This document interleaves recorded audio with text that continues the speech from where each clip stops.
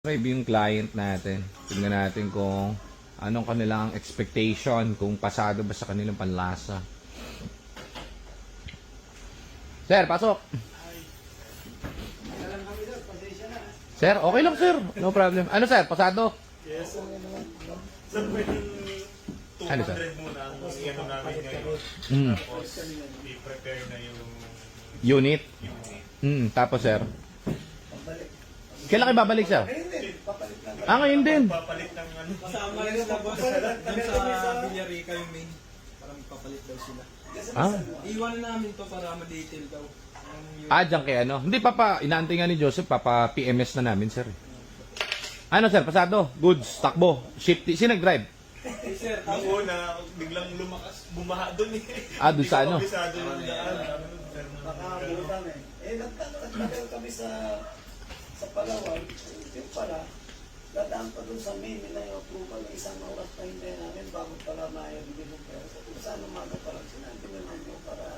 No problem sir, walang problema. Ito na lang kami sa Villarica. Isa. No problem. Kahit anong time sir, walang problema. Pagka may nang pagkasama yata sila. Hindi naman yung puti. Isang puti. Mag-down kami ng 200. Pasamahin ko sa inyo si Aljon. So, kukwento ko yung mga mods na ginawa natin dito. Palit tayo ng buong transmission to pati clutch, ano, sir? Clutch saka shift park, ano? Brand new na LUK. Tapos, nung kinuha namin to, ang nakita, napansin pala ni Joseph dito is yung tubo niya na yun, yung return, yung heater hose niya. May bukol, so nagpalit tayo ng bago nun. Then, chinek namin lahat to. ABS niya yan. All goods. Walang kahit anong error. So, mami-scanin natin to bago i-release.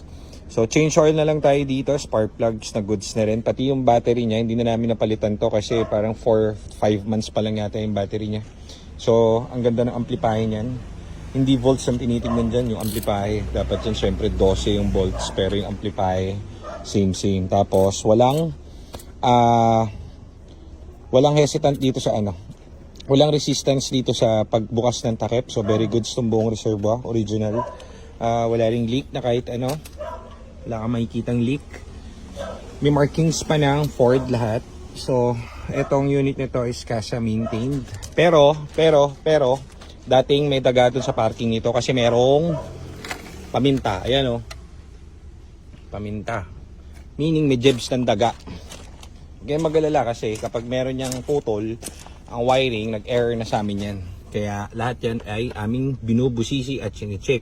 Ayan o, may paminta dun. So meaning yung may-ari dati nito. Ang solusyon sa daga kasi guys, kapag kahit anong kotse, pag may pumapasok sa makina nyo na na daga, lagyan nyo ng paminta. Ayan o. Tama yan. Tama yung naglagay. Hindi kami naglagay niya, yung owner. Yung first owner nito. So, yan yung mga markings niya, yung mga tanda. So, very well maintained yung unit. Tapos, sabayan mo pa ng bagong transmission. Sabayan mo pa ng refresh yung engine. Chinek namin yan. Yung buo. So, very good siya. Markings niya, kompleto, ABS and everything. So, ano pa ba masisira dyan? Yung belt neto, yung timing belt neto napalitan na. Pero yung drive belt, kapapalit lang din umayari. Ayun yung timing belt niya. Yung timing belt niya nandito sa loob. Ito yung kanyang drive belt. So, walang kahit anong cracks and everything. Very good. Pati yung langis yan. Papalitan na rin yun. So, wala ka na magiging problem sa kotse. Di ba? May magiging problem pa ba siya dito?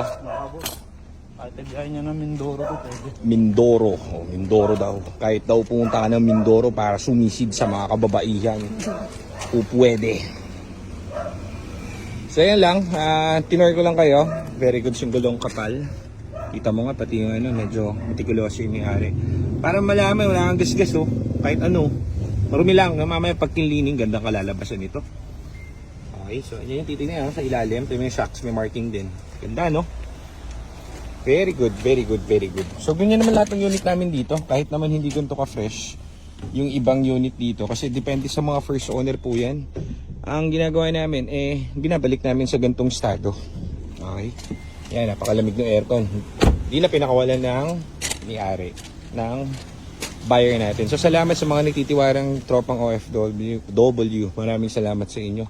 Pag siguro board kayo dyan sa barko, pinapanood nyo kami dito. Salamat po. Kaya pag uwi nila, dito sila diretso. Yan. Yan oh. Yan oh. Ay ka na bahala dyan na si Lita ha.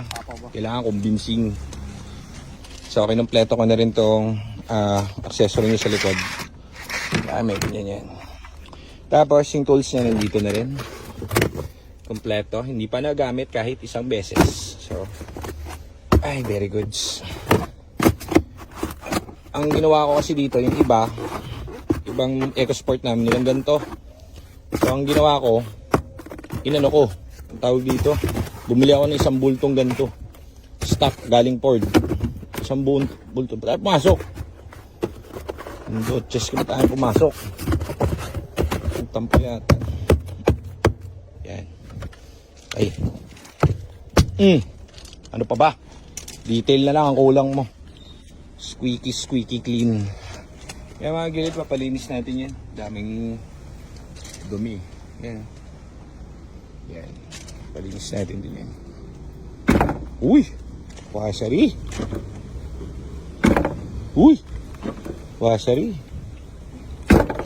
Okay, so yan. Very good. EcoSport Sol, salamat po. Thank you very much, sir.